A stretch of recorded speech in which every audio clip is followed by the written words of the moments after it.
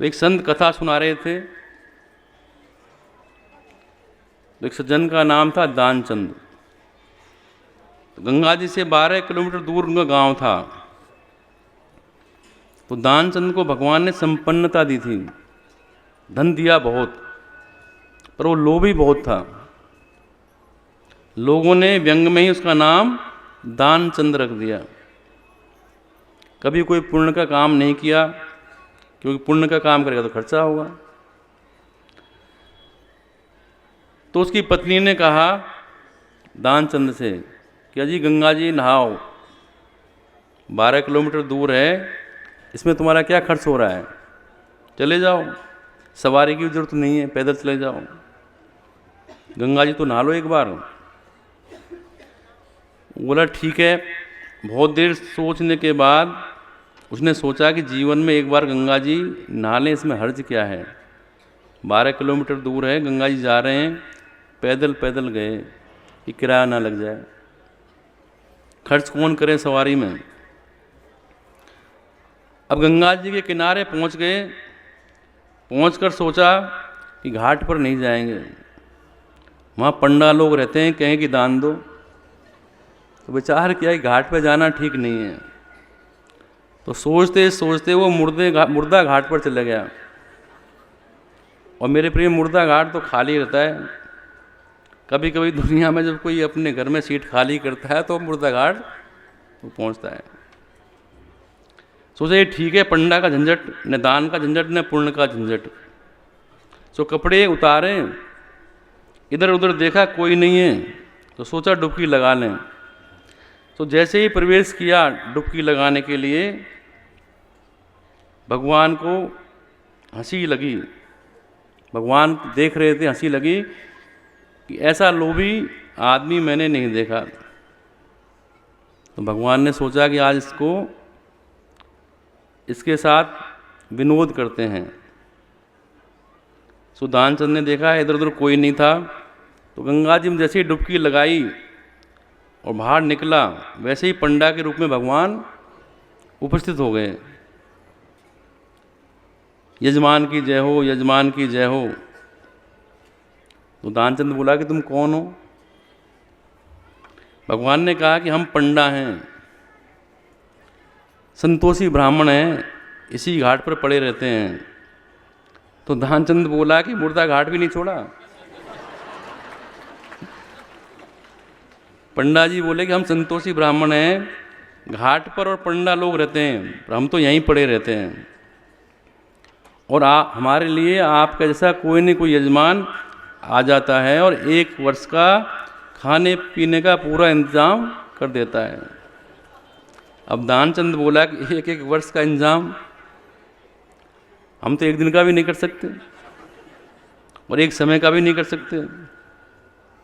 तो पंडा जी बोले कोई ज़बरदस्ती थोड़ी ना है, आपकी जैसी श्रद्धा हो कुछ ना कुछ तो आपको देना पड़ेगा।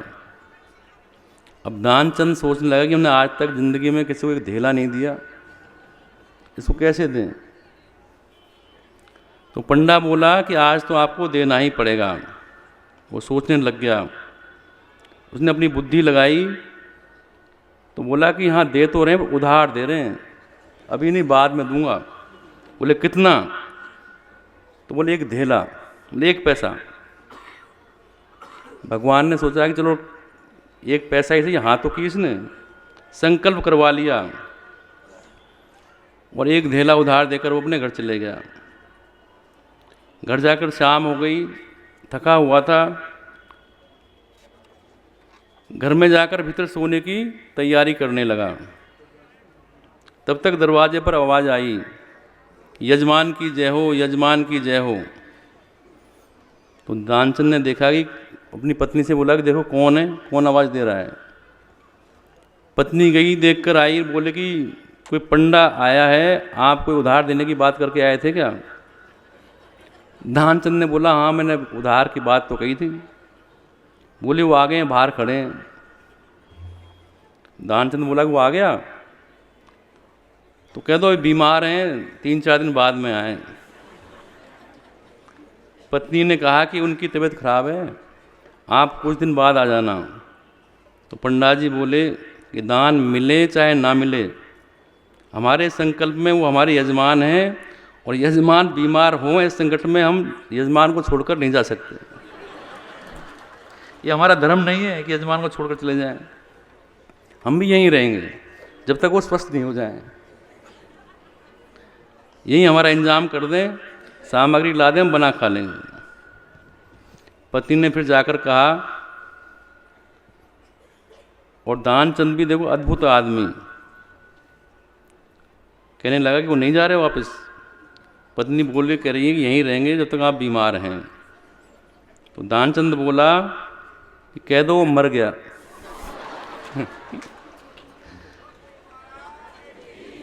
तब ये कैसे कह दें? दानचंद बोले तुम कह दो हम श्वास रोके पड़े रहेंगे और देख लेंगे आके। पत्नी ने झूठ जाकर रोते हुए कहा अभी अभी चले गए, और रोने लग गई कि समाप्त हो गए। पंडित जी बोले पंडा जी चले गए? अरे राम राम राम राम, यजमान का जब तक अंतिम संस्कार नहीं होगा हम जा ही नहीं सकते। और तुम कहाँ बुलाती फिरोगी लोगों? गांव में इतना बड़ा है गांव, हम ही सबको खबर कर देते हैं। पत्नी बोली सुनो सुनो, जब तक तो पंडा जी ने पूरे गांव में लोगों को बुला लिया कि भाई दानचंद मर गया, पूरे गांव में कह दिया कि दानचंद जी चले गए, और लोग इकट्ठे हो गए। भगवान को भी मनी मन में बहुत हंसी आने लगी कि बड़े जिद्दी आदमी हैं, श्वास रोके पड़ा है पर एक धेला देने को तैयार नहीं है। तो लोगों ने उसे मुर्दा समझकर उठाया और लिटा दिया। अब पत्नी रोवे उसकी, और वो सही में रोवे को जिंदा था वो तो जो है। और वो कहे सबसे कि ये मरे नहीं है, मरे नहीं है। अब गांव वाले कहने लगे भी जाने वाला तो चला गया, ये तुम्हारा मोह है जो बोल रहे हो गए नहीं है। वो बेचारी रोती रही पर कौन सुने उसकी। दानचंद को उठा लिया, बांध लिया और वो बंध गया, तब भी नहीं बोला कुछ। भगवान को लगा कि सब हमसे हार जाते हैं, आज हम इससे हार गए दानचंद से। ले गए चिता पर रख दिया, अग्नि लगाने वाली थी। भगवान ने कहा कि मर जाएगा पर देगा नहीं कुछ। तो भगवान ने कहा कि यजमान के कान में, गांव वालों से कहा कि हम यजमान के कान में कुछ मंत्र देना चाहते हैं, मरते टाइम कोई मंत्र देंगे इसको जो है। तो सबने कहा ठीक है आप मंत्र दे दो। तो पंडा जी ने जो पंडा बन के आए थे बोलने लगे कि आया हूँ बैकुंठ से तुम हित नाता जोड़, आया हूँ बैकुंठ से तुम हित नाता जोड़। भगवान ने कहा कि हम हार गए, हम भगवान हैं, हम बैकुंठ से आए और तुमसे नाता हमने जोड़ा है। सो पंडा ने जो कहा, पंडा ने सुनी उसकी भगवान की बात। तो दानचंद ने सोचा कि ये तो भगवान है, सो आंखें खोल ली। तो वही पंडा, और पंडा को देखा तो फिर आंखें बंद कर ली। उसने कान में कहा कि भगवान हूँ, तुमसे नाता जोड़ने आया हूँ, पर आंख खोली तो देखा वही पंडा, फिर आंखें बंद कर ली। भगवान ने कहा कि हम तुमसे कुछ मांगेंगे नहीं, कुछ नहीं लेंगे जो है, मांग ले वरदान, कुछ कोई वरदान मांग लो मुझसे, मैं देने आया हूँ लेने नहीं आया,